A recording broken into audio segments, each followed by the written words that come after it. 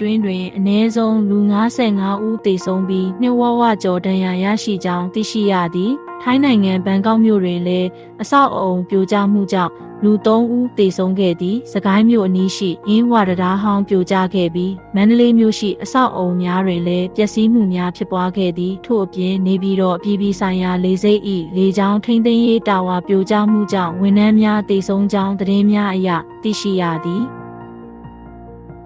မတူညီသောဒေသများတွင်ငလျင်လှုပ်ခတ်မှုကိုခန်းစားရကြောင်းပြည်တွင်းနှင့်ပြည်ပသတင်းရင်းမြစ်များမှသတင်းထုတ်ပြန်ထားသည်ထိုင်းနိုင်ငံအတွင်းတွင်ပါထိုငလျင်လှုပ်ခတ်မှုကိုအလွန်ပြင်းထန်စွာခန်းစားရကြောင်းသိရှိရသည်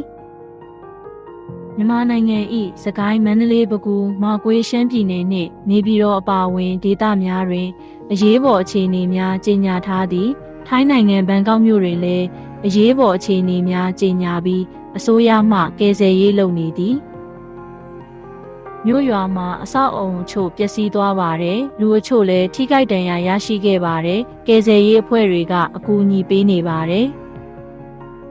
လက်ရှိအချိန်ထိထိခိုက်မှုများနှင့်ပျက်စီးဆုံးရှုံးမှုများနှင့်ပတ်သက်၍အသေးစိတ်အချက်အလက်များမထွက်ပေါ်သေးပါသို့သောငလျင်လှုပ်ခတ်သည့်နေရာအနီးရှိနေအိမ်များနှင့်အဆောက်အအုံများတွင်ပျက်စီးမှုများဖြစ်ပေါ်နိုင်သည်ဟုမျှော်လင့်ရသည်ငလျင်လှုပ်ခတ်မှုကိုခန်းစားရကြောင်းပြည်တွင်းနှင့်ပြည်ပသတင်းအရင်းအမြစ်များမှသတင်းထုတ်ပြန်ထားသည်ထိုင်းနိုင်ငံအတွင်းတွင်ပါထိုငလျင်လှုပ်ခတ်မှုကိုအလွန်ပြင်းထန်စွာခန်းစားရကြောင်းသိရှိရသည်မြန်မာနိုင်ငံတွင်အင်အားပြင်းငလျင်ဖြစ်ပွားမှုလူသေဆုံးမှုများနှင့်ပျက်စီးဆုံးရှုံးမှုများ28-2025တပ်အဖွင့် Introductionမင်္ဂလာပါယနေ့မတ်လ28-2025တွင်မြန်မာနိုင်ငံနှင့်အနီးအနားဒေသများတွင်အင်အားပြင်းငလျင်တစ်ခုဖြစ်ပွားခဲ့သည်အဆိုပါငလျင်ကြောင့်လူသေဆုံးမှုများအဆောက်အအုံပြိုကျမှုများနှင့်ဆိုးရွားသည့်ပျက်စီးဆုံးရှုံးမှုများဖြစ်ပွားခဲ့ကြောင်းသတင်းထွက်ပေါ်နေသည်ယခုရက်ကထွေငလျင်ဖြစ်ပွားမှုနှင့်သက်ဆိုင်သည့်အသေးစိတ်အချက်အလက်များကိုတင်ပြပေးသွားမည်ဖြစ်သည်နှင့်ငလျင်ဖြစ်ပွားမှုအခြေအနေ Earthquake Situation Overview ငလျင်သည်မြန်မာနိုင်ငံအလယ်ပိုင်းမန္တလေးနှင့်မကွေးတိုင်းဒေသကြီးအနီးတွင်မနက်9:30နာရီအချိန်တွင်လှုပ်ခတ်ခဲ့သည်။ဧရာဝတီမြစ်တစ်လျှောက်ရှိမြို့များတွင်လည်းတုန်ခါမှုများဖြစ်ပွားခဲ့သည်။ထိုင်းနိုင်ငံနှင့်ဘင်္ဂလားဒေ့ရှ်နိုင်ငံအချို့ဒေသများတွင်ပါဤငလျင်လှုပ်ခတ်မှုကိုခံစားခဲ့ရသည်။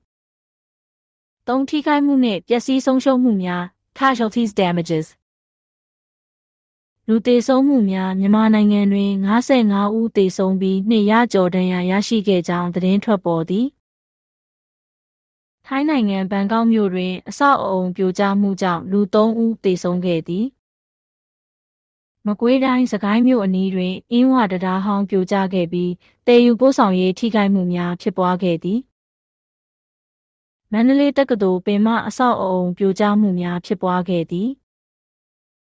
နေပြည်တော်အပြည်ပြည်ဆိုင်ရာလေဆိပ်တွင်လေကြောင်းထိန်းသိမ်းရေးတာဝါပြိုကျမှုကြောင့်ဝန်ထမ်းများထိခိုက်မှုရှိနိုင်သည်အရေးပေါ်အခြေအနေကြေညာမှုများ Emergency Declarations Rescue Operations အခြေအနေကြေညာထားသည့်ဒေသများစကိုင်းတိုင်း